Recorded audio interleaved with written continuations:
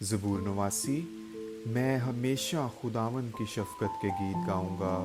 मैं पुश्त दर पुश्त अपने मुंह से तेरी वफ़ादारी का ऐलान करूंगा, क्योंकि मैंने कहा कि शफ़क़त अबद तक बनी रहेगी। तू अपनी वफ़ादारी को आसमान में कायम रखेगा।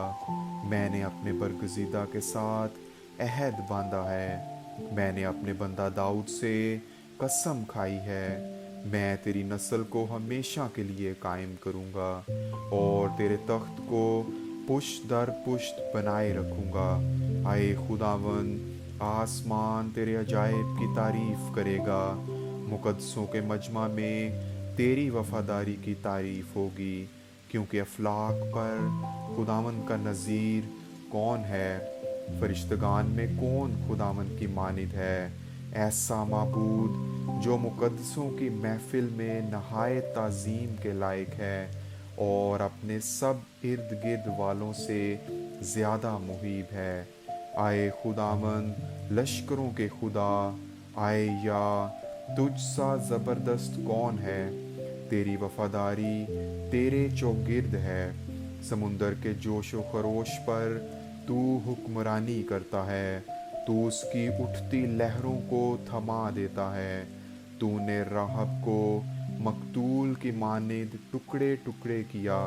तूने अपने कवी बाजू से अपने दुश्मनों को प्रागंदा कर दिया। आसमान तेरा है, ज़मीन भी तेरी है। जहान और उसकी मामूरी को तू ही ने कायम किया है। शुमाल और जनूब का पैदा करने वाला तू ही है। तबूर और हरमून तेरे नाम से खुशी मनाते हैं। तेरा बाजू कुदरत वाला है। तेरा हाथ कवी और तेरा दहना हाथ बुलंद है।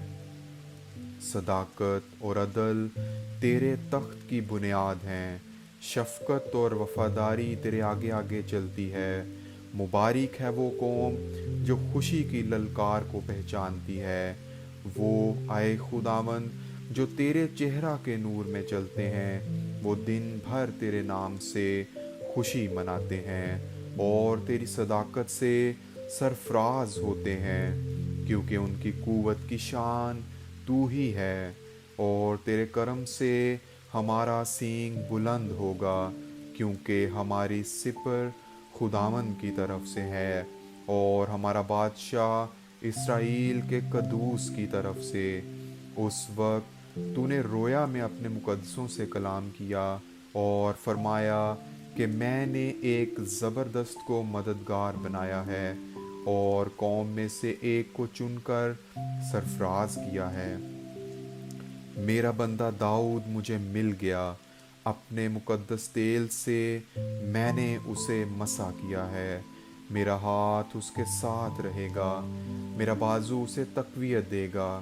दुश्मन उस पर जबर ना करने पाएगा और शरारत का फर्जंद उसे ना सताएगा। मैं उसके मुखालफों को उसके सामने मगलूब करूँगा और उससे अदावत रखने वालों को मारूँगा। पर मेरी वफ़ादारी और शफ़क़त उसके साथ रहेंगी और मेरे नाम से उसका सींग बुलंद होगा। मैं उसका हाथ समुंदर तक बढ़ाऊँगा और उसके दाहिने हाथ को दरियाओं तक। वो मुझे पुकार कर कहेगा, तू मेरा बाप, मेरा खुदा और मेरी नजात की चट्टान है। और मैं उसको अपना पहलोठा बनाऊंगा और दुनिया का शहंशाह। मैं अपनी शफ़क़त को उसके लिए अबद तक कायम रखूँगा और मेरा अहद उसके साथ ला तब्दील रहेगा। मैं उसकी नस्ल को हमेशा तक कायम रखूँगा और उसके तख्त को जब तक आसमान है। अगर उसके फ़र्जंद मेरी शरीयत को तर्क कर दें और मेरे अहकाम पर ना चलें, अगर वो मेरे आइन को तोड़ें और मेरे फरमान को ना मानें, तो मैं उनको छड़ी से ख़ता की और कोड़ों से बदकारी की सज़ा दूंगा।